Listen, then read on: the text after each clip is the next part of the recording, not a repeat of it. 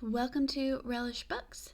Today's Monday poetry highlight is on Farming a Handbook by Wendell Berry. Wendell Berry is an amazing poet. I understand that he's not only a poet, but he has over 50 books published, both of poetry, of fiction, of plays. So I really want to read more of his work. Right now, this is the only book of his that I own. I don't believe I'd ever heard of him before receiving this book, and so it was one of those big, pleasant surprises.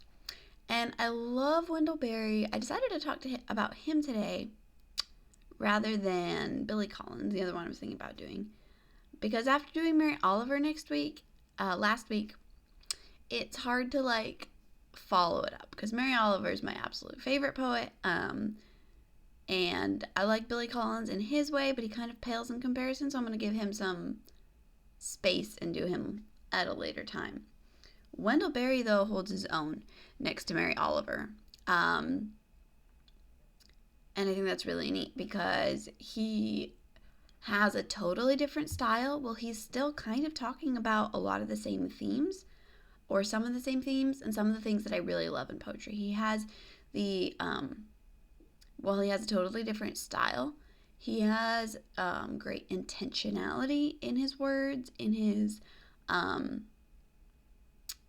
lines. Obviously, intentionality is something that all poets need, but sometimes poets can be very intentionally casual almost, because of course every poet has to pick their words carefully, but sometimes they can make it sound just too laid back, too simplistic,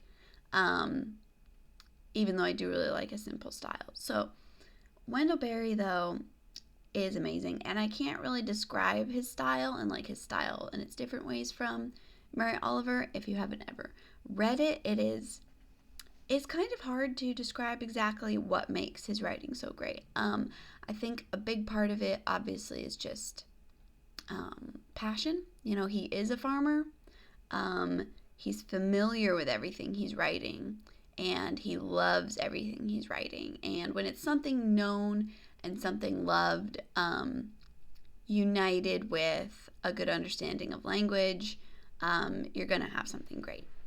And something that I love about this collection is even if you have never been a farmer, even if you have never lived in the country or really thought about farming, you read this and you have this sense of oh, I want to go live that way. I want to go live off the land. I wish I could live in that time, and in that mindset, and in that kind of space where time seems to move differently and priorities are so different.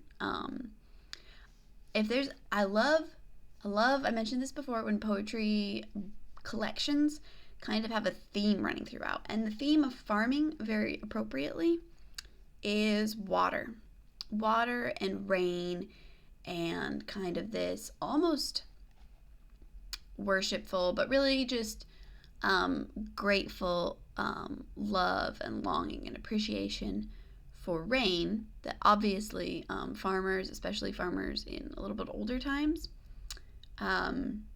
it's what they depended on. If rain didn't come, their livelihood is ruined. And so he has multiple beautiful poems about rain, about water, about springs. A couple of my favorites. It's just the poem called Water, the Springs,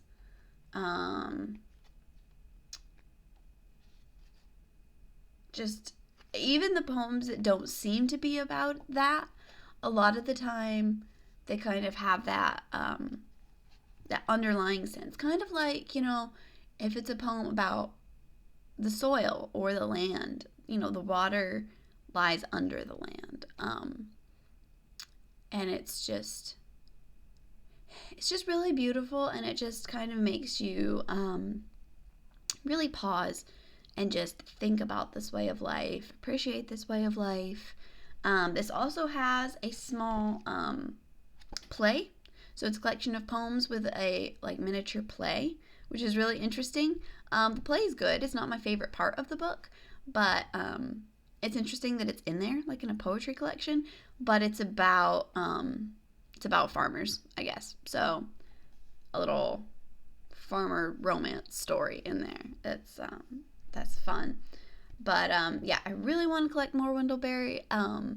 Bookstores that I've gone to, like used bookstores, where I've even asked about it, they're always like, no, we can't. He doesn't stay on the shelves for long at all. He always, if we get Wendell Berry, it's always bought right away. But yeah, I definitely need to get more of his work. But I love this one. I love just rereading it. It's very peaceful, but it's also very thought-provoking. There are these passages, some of his poems, like the Mad Farmer poems, have almost this bitterness, like a bitter edge to them. And sometimes you'll be reading it and I'll be like, okay, I don't agree, I don't think, with where he's going with this, but it's still really thought-provoking, which I always appreciate. They aren't just pretty. That's something that's really important about poetry. Sometimes people think, especially if it's about nature, that it's just pretty, but it's not. It tells a story. It's deeply thought-provoking. It's telling all about a time and place and people, and it's really fascinating. It really brings you into it.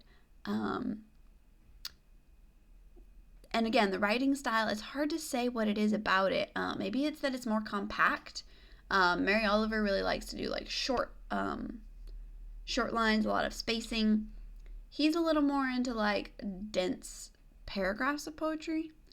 A lot of the times very short, but like a solid longer chunk. I don't know. But it's a really great contrast to her if you like her. Totally different. So even though I've been trying to compare, there's not really a comparison in your mind when you're reading it. It's a different experience. He is amazing, wonderful, and yeah, would really want to read a lot more of his work. And if anybody else has read more of his work, if they could recommend some other ones of his that are good to try after this one, I would appreciate it. But yeah,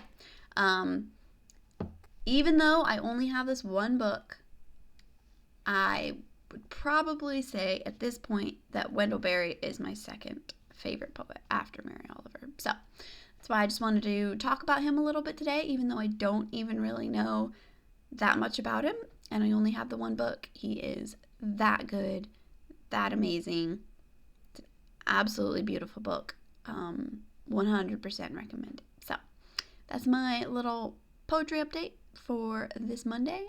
Thanks for watching, and I will hopefully see you Friday with my Jane Austen review. So thanks. Bye.